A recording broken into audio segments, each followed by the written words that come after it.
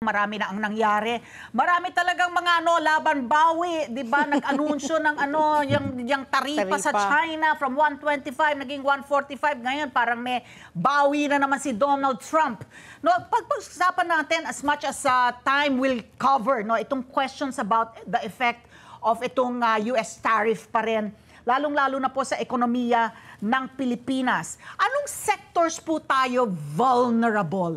Kasi pag iisa-isahin mo, Patpi, di ba? Yung ano magiging epekto, like let's say, kasi net importer tayo, for example, ng ating agricultural products, for example, hindi ba? Ano po ang posibleng maging epekto nito sa atin, let's say, yung anong sector ang magiging vulnerable dito sa pagpataw ng US ng taripa sa iba't ibang bansa? Sa ngayon, mukhang yung mga exporter po ng agriculture at saka industrial products natin ang tatamaan directly nitong mga tariffs ni Mr. Trump. Paiba-iba, tama po kayo kanina, sabi nyo kanina, paiba-iba po ang desisyon. Nung una, April 2, in-announce na mula 10 hanggang 17% po ang ating tariff. Pero nagkaroon po ng postponement, kaya 10 po sa lahat ang effective na tariff across. So kung yung 10 across, mukhang pantay-pantay po ang dagdag sa iba-ibang bansa. Wala po tayong magiging advantage kapag ganyan. Samantalang kung sa 17 ang atin, nasa 42 ang Vietnam, nasa ibang mas mataas na tariff ang mga ibang bansa. Pero sigurado na yung sa China, talagang tatamaan po yan.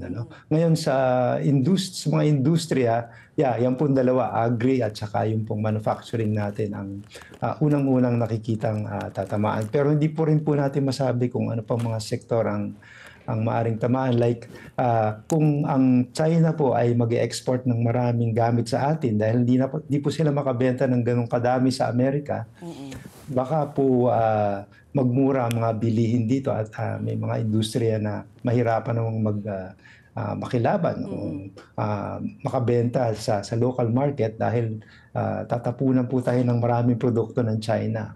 Magmumura. Yun nga yung influx daw ng Chinese imports will affect the local producers kasi talagang dadagsa mura yung made in China kesa yung locally produced and manufactured. Pero Sir Jude, yung nangyayari po kasi ngayon, after his announcement of that increase in tariffs, syempre pumalag yung buong mundo, syempre talagang nagtipon-tipon na po sila kasi nga it's going to disrupt kumbaga talaga the world economy. So right now, are we still in that pause phase? And I've been reading a lot about it, and a lot of countries are grouping themselves together na in the eventuality that Donald Trump will really pursue this is kumbaga hard stand niya na he wants to make America great again.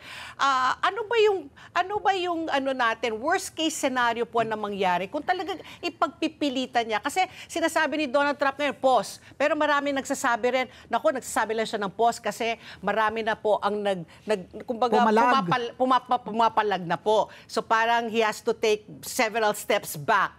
So do you think it's going to be status quo, or this is just temporary, or talagang are we headed for a disruptive world economy? Ayan, napakahirap po hindi makita ng bolang kristal ko po yung mga mga kakalabasan nitong dahil halos linggo-linggo, minsan po araw-araw pinapalitan ni Mr. Trump ang kanyang mga desisyon sa polisiya, So pero wag sana namang mag-retaliate masyado yung mga ibang bansa. For now po naka-postpone, naka 90-day delay po yung implementation. Pero meron na pong 10% across the board na dagdag taripa sa mga trading partners ng Amerika. At yan po ay expected na magkaroon ng inflationary impact sa US. Nung nakaraang linggo po, yung IMF, nagkaroon po sila nung tinatawag na spring meeting sa Washington. Nandun nga po si Governor Remolona at nagkaroon na po ng mga estimates na magiging impact nitong itong 10%, tariffs, no? oo. Whether inatras ni Mr. Trump o hindi, ito na po ang mga initial estimates. At sa Pilipinas, kalahating porsyento po ng GDP natin ang Ay, inaasahang mabawasan na agad, no? Dahil sa taripa na ito. Wow. Ang Amerika po, malaki ang mababawas sa kanilang paglago this year. Oh. Dahil inaasahan na dahil mahirapan silang mamili ng mga raw materials at mga iba-ibang produkto, tatamaan ang mga industriya sa Amerika, no? So imbis na 2% growth, ang Amerika inaasahang mag-grow ng over 1% lang po this year.